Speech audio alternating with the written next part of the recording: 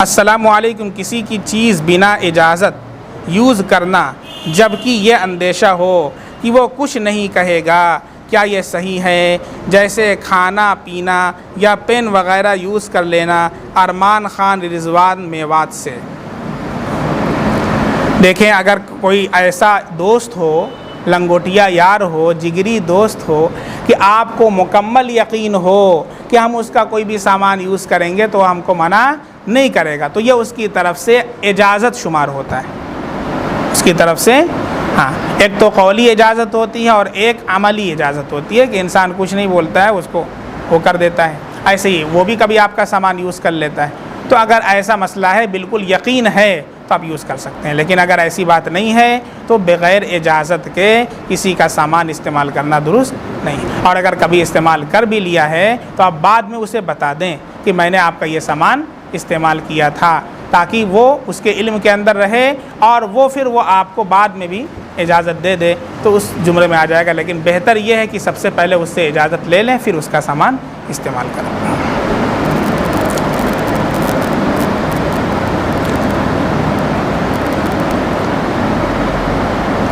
السلام علیکم، کیا بچوں کا جنم دن منانا جائز ہے؟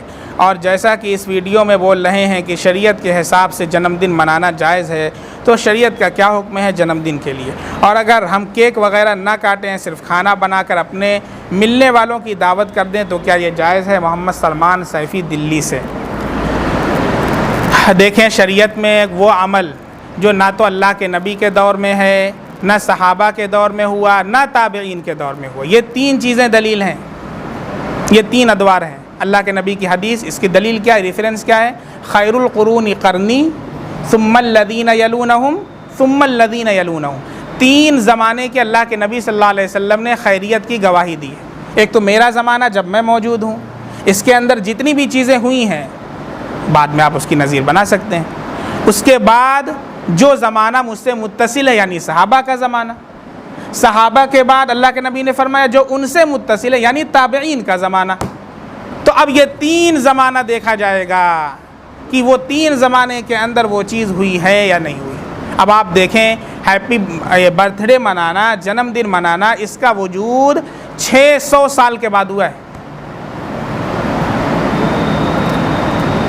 600 سال کے بعد، نہ اللہ کے نبی کے دور میں، نہ صحابہ کے دور میں، نہ تابعین کے دور میں، نہ تبع تابعین کے دور میں، نہ اس کے بعد 600 سال کے بعد اس کا ظہور ہوا ہے۔ وہ چیز کیسے جائز ہو سکتی ہے؟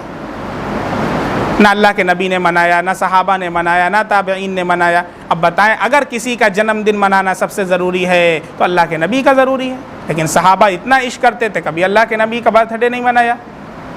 تو اس وجہ سے یہ سب کفار و مشرکین اور یہود و نصارہ کی مشابہت حدیث کے اندر ہے، من تشبہ بقوم فہو منہم۔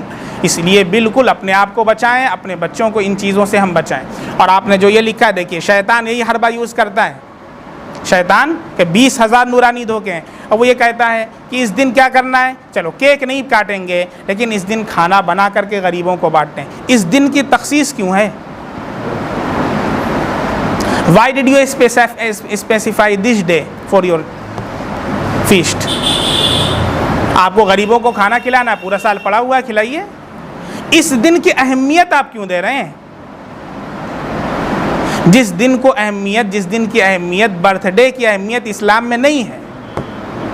اللہ کے نبی کا برتھ ڈے کبھی نہیں منایا گیا، حضرت ابوبکر صدیق رضی اللہ عنہ کا کبھی نہیں منایا گیا، حضرت عمر فاروق رضی اللہ عنہ کا کبھی نہیں منایا گیا۔ بتائیے، ان لوگوں کو منانا چاہیے نا، کبھی نہیں منایا گیا، یہ بدعت ہے۔ تو پھر اس دن کو تخصیص نہ کریں، آپ اس کے علاوہ 2-3 دن کے بعد کر لیں، پہلے کر لیں، خاص کیوں کر رہے ہیں؟ یہ تخصیص ہی بدعت ہو جاتی ہے۔ اس لیے نہ اس دن کیک کاٹنا کوئی ضروری نہیں ہے، کوئی ضروری نہیں کہ آپ کیک ہی کاٹیں۔ منانے کے اندر وہ ساری چیزیں آ جاتی ہیں جو اس دن کے ساتھ خاص ہوتی ہیں۔ کسی نے کیک نہیں کاٹا، حلوہ ہی بنا لیا جس دن بچے کا ہیپی برتھ ڈے ہے، تو وہ بھی ہیپی برتھ ڈے منانا ہوگا۔ کوئی کیک کاٹنا تھوڑی نا ضروری ہے۔ آپ نے جو ہے کیڈبری منگوا کر کے بانٹ دیا اور کہہ دیا، تالی بجا دیا اور خوشی منا لیا، یہ بھی ہیپی برتھ ڈے ہے۔ اس دن کو آپ خاص نہ کریں۔